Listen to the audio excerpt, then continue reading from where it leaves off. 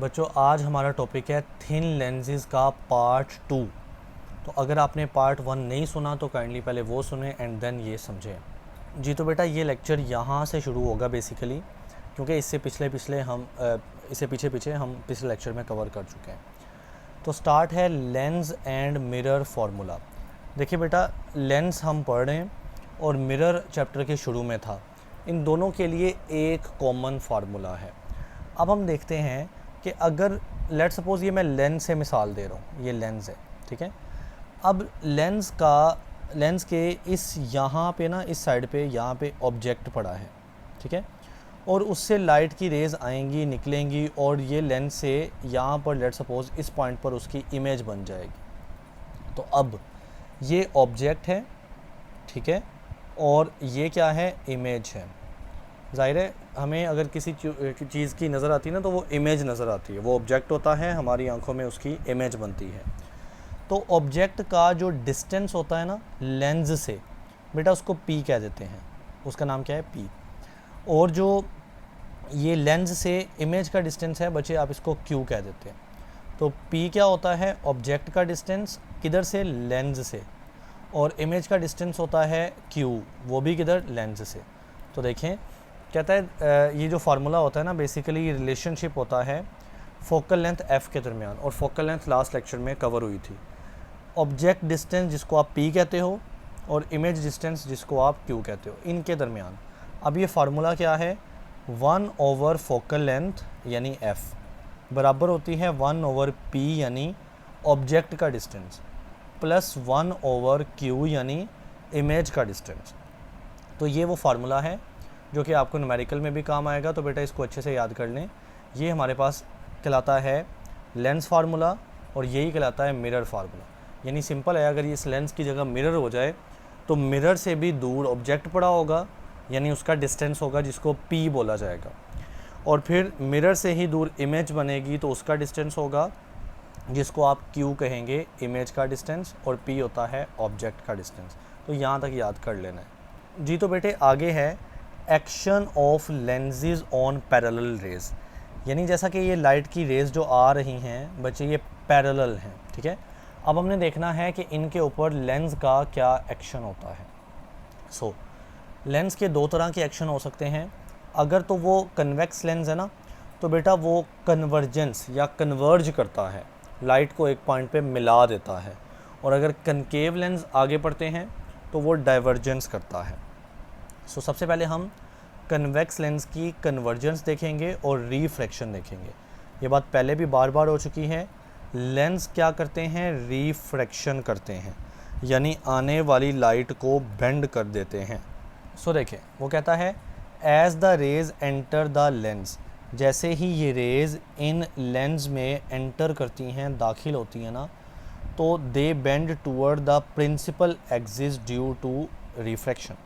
तो ये नीचे की तरफ बेंड हो रही है, और ये किधर को बेंड हो रही है, ये जो सीधी लाइन होती है ना ये वाली, चलें इसको डिफरेंट कलर से बनाते हैं। ये जो सीधी लाइन है इसका नाम मैंने आपको बताया था लास्ट लेक्चर में बेटा, इसको प्रिंसिपल एक्सिस कहते हैं।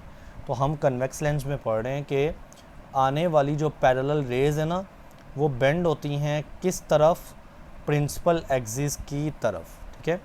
This bendings takes place because of the lens curved surface. तो ये क्यों मुड़ी हैं, क्योंकि बेटा लेंस की ये सरफेस क्या होती है, कर्व्ड होती है। तो इस कर्व्ड सरफेस की वजह से बेंडिंग हुई है।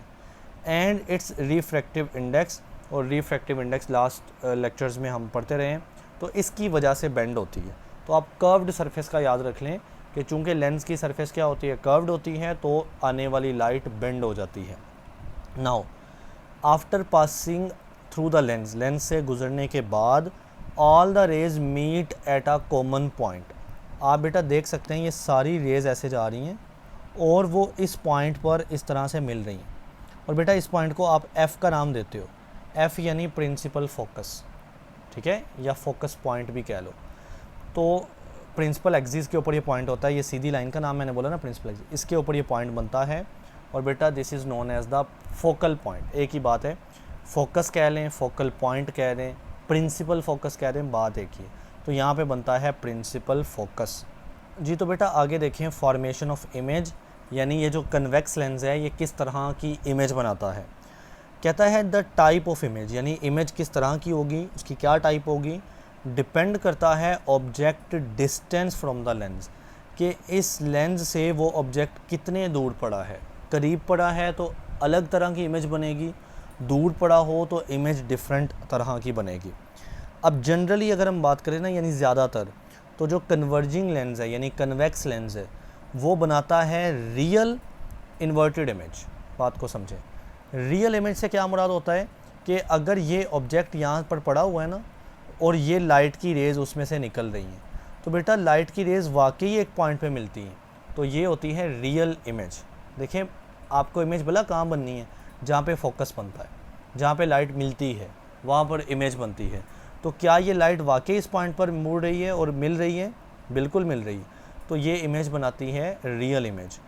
और इन्वर्टेड भला कैसी इमेज होती है, तो इन्वर्टेड इमेज ऐसी होती है अगर ऑब्जेक्ट इस तरह की शेप का है ना, यानी ऊपर की तरफ उसका हेड है, तो इन्वर्टेड यानी वो उलट जाएगी, इन्वर्टेड यानी उलट जाएगी। तो कन्वेक्स लेंस नॉर्मली या जनरली कैसी इमेज बनाता है, एक रियल इमेज बनाता है, यानी लाइट उसमें से आने वाली लाइट वाकई एक पॉइंट पे मिल रही होती है, जैसा कि यहाँ पे आपको दिखाया गया है। तो ये रियल इमेज है। इन्वर्टेड इमेज होती है वो वाली, यानी इमेज उल्ट होती है, यानी अगर कोई बंदा सीधा खड़ा हो तो वो आपको उल्टा नज़र आएगा अगर आप कन्वेक्स लेंस से देखते हैं। आगे, but if the object is very close to the lens, लेकिन बेटा अगर ये चीज़ ऑब्जेक्ट लेंस के बड़ा करीब हुआ ना तो इमेज वर्चुअल होनी है। वर्चुअल यानी हकीकत में वो नहीं बनती, जस्ट नज़र आता है, ठीक है। एंड अपराइट, और अपराइट का मतलब होता है सीधा होना। जी तो बेटा पहले ये डायग्राम से नॉर्मल इमेज देख लेते हैं जो जनरली काम होता है। कंसीडर करें ये ऑब्जेक्ट है और उसकी शेप कैसी है, एरो ऊपर की तरफ है, यानी वो नॉर्मली ऐसी शेप रखता है। लेंस में से उसमें से गुज़रती है, उसमें से निकलने वाली लाइट लेंस में से गुज़रती है और वो एक पॉइंट पर आके मिल जाती है। जिस पॉइंट पर मिलती है वहाँ पे बेटा इमेज बनती है। क्या ये रियल इमेज होगी, बिल्कुल रियल होगी, क्योंकि आने वाली लाइट वाकई इस पॉइंट पर मिल रही है। और आप देख सकते हैं कि इस एरो को नीचे की तरफ बनाया गया है जबकि ऑब्जेक्ट का एरो ऊपर की तरफ है। इसका मतलब होता है कि इमेज जो है ना वो इन्वर्टेड भी है। इन्वर्टेड कहते हैं उलट गई इमेज, ऑलराइट। लेकिन बेटा इस केस में ये है, मैं कन्वेक्स लेंस मैंने बनाया, ये ऑब्जेक्ट पड़ा हुआ है और ये देख सकते हैं लेंस के बहुत करीब है। तो अब बेटा ये ब्लैक, इससे लाइट निकल रही है और ये दूर जा रही, क्या ये एक पॉइंट पर मिल रही है, नहीं, ये मज़ीद ऐसे फैलती चली जाए। तो आप इसको इमेजिन करें कि ये पीछे की तरफ ऐसे बढ़ रही है, ये जस्ट इमेजिनेशन होती है, और पीछे की तरफ वो एक पॉइंट पर मिल रही है। तो आपको बेसिकली एक धोखा मिलता है कि ये एक पॉइंट पर आपको लगता है ऐसे ही है कि वो मिल रही है, लेकिन हकीकत में वो मिलती नहीं। हकीकत में तो लाइट ऐसे दूर दूर जा रही होती, वो अपोजिट डायरेक्शन में जस्ट इमेजिनेशन के अंदर वो मिल रही होती। तो जिस पॉइंट पर मिलती है वहाँ पे इमेज बनती है। बच्चे इमेज फिर किस तरह की हुई, इमेज वर्चुअल हुई। वर्चुअल कहते हैं ख्याली इमेज, हकीकत उसकी नहीं है। और वो देख सकते हैं कि ऑब्जेक्ट ये वाला ऊपर की तरफ है और इमेज भी सीधा है, यानी इसको बोलते हैं अपराइट इमेज। अपराइट यानी सीधी इमेज, ठीक है। तो अगर ऑब्जेक्ट पड़ा है लेंस के बहुत करीब तो इमेज वाकई नहीं बनती, हकीकत में नहीं बनती, यानी वर्चुअली बनती है, ठीक है। और वो कैसी इमेज होती है, अपराइट, यानी वो भी सीधी इमेज होती है। जी तो बेटा अब हम कनकेव लेंस को देख लेते हैं। कनकेव लेंस में क्या होती है, डाइवर्जेंस होती है, यानी आने वाली लाइट मुड़ जाती है, वो किसी एक पॉइंट पर मिलती नहीं है। और लेंस है ना, तो लेंस ने तो रिफ्रैक्शन तो करनी ही है। जी तो बच्चे इसको रीड करते हैं। कहता है the rays are bent away from the principal axis, मतलब कि अगर ये हमारे पास एक कॉनकेव लेंस है ना, और उसकी सेंटर वाली सीधी लाइन क्या होगी, प्रिंसिपल एक्सिस होगी, और अगर लाइट की रेज़ उसमें से ऐसे आ रही हैं तो बेटा वो वहाँ से दूर को बेंट हो जाती हैं, ठीक है।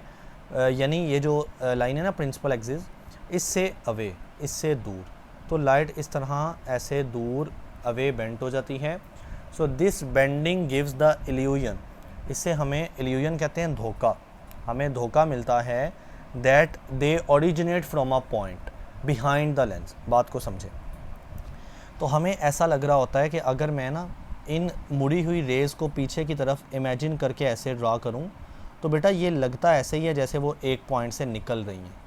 ऐसे वो एक पॉइंट से निकल, जैसे यहाँ पर देख लें लाइट की रेज़ ऐसे मुड़ रही हैं, लेकिन हमने पीछे डॉट लाइन से बनाया ना, तो वो एक पॉइंट पर मिल रही हैं। क्या ये रियल हो रहा है? नहीं बच्चे, ये सिर्फ एक इल्यूजन है। लगता हमें ऐसे ही है कि ये ओरिजिनेट यानी ये इस पॉइंट से निकल रही हैं ऐसे लाइट की रेज़, ठीक है। फ्रोम अ पॉइंट, एक पॉइंट से निकल रही हैं बिहाइंड द लेंस, और वो लेंस के पीछे है। तो बच्चे ये होता है वर्चुअल फोकस, यानी ये पॉइंट है फोकस, और ये फोकस रियल में है नहीं, ये वर्चुअल फोकस है, ठीक है। जस्ट एक ख्याल आ रहा है, फील हो रहा है, लग रहा है। This is the result of refraction through the curved surface of the lens. क्योंकि ये लेंस की सरफेस इस तरह से कर्व्ड होती है ना अंदर की तरफ, तो उसकी वजह से रिफ्रैक्शन हुई और उस वजह से ये हमें लग रहा होता है। अब ये वही बात है कि वर्चुअल फोकल पॉइंट बनता है, यही पॉइंट को हम फोकस कहते हैं, या इसी को फोकल पॉइंट भी कह सकते हो। और बेटा ये वर्चुअल होता है, यानी हकीकत में नहीं होता जी। तो देखिएगा, कहता है in diverging lens. Diverging lens बेटा कनकेव लेंस का ही दूसरा नाम है। The rays do not actually meet at a point. ये रेज किसी एक पॉइंट पे नहीं मिलती, इंस्टेंट बल्कि व्हेन एक्सटेंडेड बैकवर्ड, आप इसको पीछे की तरफ खुद से एक्सटेंड करते हैं, बढ़ाते हैं, तो क्या होता है, they appear to spread from a common point. तो ऐसा लग रहा होता है कि ये एक कॉमन पॉइंट से दूर दूर जा रही हैं, स्प्रेड हो रही हैं, ऐसा अपीयर होता है। On the same side of the lens, और लेंस की सेम साइड के ऊपर, मतलब इधर से लाइट आ रही है ना, यानी ऑब्जेक्ट यहाँ पे पड़ा है, तो इमेज भी या फोकस भी वहीं पे बन गया, तो सेम साइड है, दूसरी साइड पे नहीं हुआ, ठीक है। So this is called a virtual focal point. हम इस फोकल पॉइंट को ख्याली कहते हैं, जस्ट इमेजिनरी कहते हैं जी बेटा। तो अब फॉर्मेशन ऑफ इमेज देख लेते हैं। कहता है when an object is placed far from a diverging lens. Diverging lens यानी कनकेव लेंस से अगर कोई ऑब्जेक्ट दूर पड़ा हो एट इन्फिनिटी, और कितना दूर, इन्फिनिटी के ऊपर, यानी काफ़ी दूर, तो इमेज कैसी बनेगी इसको हमने समझना है आगे जाके, लेकिन नाम याद करने पड़ेंगे आपको। बेटा इमेज वर्चुअल बनेगी। तो अभी तो समझ के आए हैं कि ये जो कनकेव लेंस होता है ये रियल में फोकस नहीं बनाता, यानी रियल में इमेज नहीं बनाता, क्योंकि फोकस पे तो इमेज बनती है, तो इमेज होती है वर्चुअल। और अपराइट, अपराइट यानी वो सीधी होती है, जिस तरह का ऑब्जेक्ट होगा उस तरह की इमेज होगी। और smaller than the actual object, तो जितने ऑब्जेक्ट का साइज़ होगा उसके छोटी बनेगी। जाहिर है ऑब्जेक्ट पड़ा हुआ है दूर, फार कहते हैं दूर को, लेंस से दूर पड़ा है, तो जाहिर है इमेज छोटे साइज़ की बनेगी ना जी। तो बेटा देख लेते हैं, ये यहाँ से लाइट ऐसे आ रही है, लाइट की रेज़ हैं, और बच्चे ये मुड़ गई हैं दूर, यानी बेंड हो गई है। हमने इनको डॉटेड लाइन की मदद से, इमेजिनरी लाइन की मदद से पीछे बढ़ा के देखा, तो ये एक पॉइंट पर मिल रही थी, ठीक है। क्योंकि हमने जस्ट इमेजिनरी पॉइंट बनाया है, तो ये वर्चुअल इमेज होगी, यानी रियल में ये इमेज नहीं बन रही, जस्ट एक वर्चुअली पॉइंट पे इमेज बन रही है। और बेटा ये इमेज अपराइट होनी है, यानी अगर यहाँ पर ऑब्जेक्ट पड़ा था और ऑब्जेक्ट इस तरह से है, यानी उसका ये जो एरो हेड है ये ऊपर की तरफ है ना, तो यहाँ पर इमेज वैसी ही बनेगी, यानी अपराइट, सीधी। जैसा अगर सर ऊपर को है तो इमेज का भी सर ऊपर को ही नज़र आएगा, सीधी इमेज। और साइज़ में छोटी, आप देख सकते हैं ये ऑब्जेक्ट बड़े साइज़ का है और बनने वाली इमेज छोटे साइज़ की। ऐसा इसलिए क्योंकि ऑब्जेक्ट काफ़ी दूर पड़ा हुआ है जी। तो बेटा अब साथ ही एक बड़ा इंपॉर्टेंट शॉर्ट समझ लें, पावर ऑफ अ लेंस। एक लेंस की पावर क्या होती है देखिए, पहले समझ लेते हैं और फिर हम जो है ना वो रीडिंग भी कर लेंगे।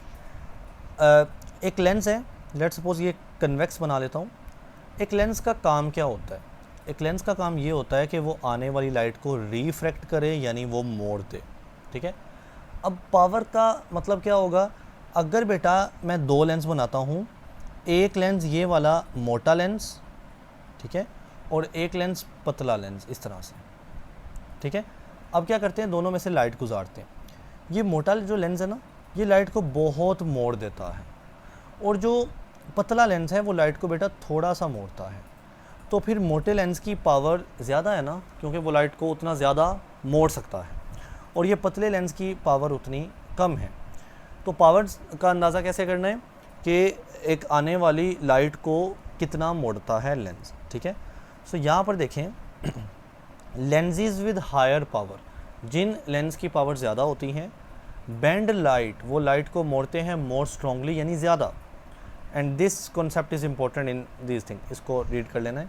अब यहाँ भी सेम लिखा है, कहता है द थिकर लेंस, जो मोटे लेंस होते हैं ना, बेंड द लाइट मोर, वो ज़्यादा लाइट को मोड़ देते हैं, so it has greater power, तो उनकी पावर ज़्यादा होती है, देन द थिन लेंस, और फिर थिन लेंस की पावर क्या होगी, कम होगी।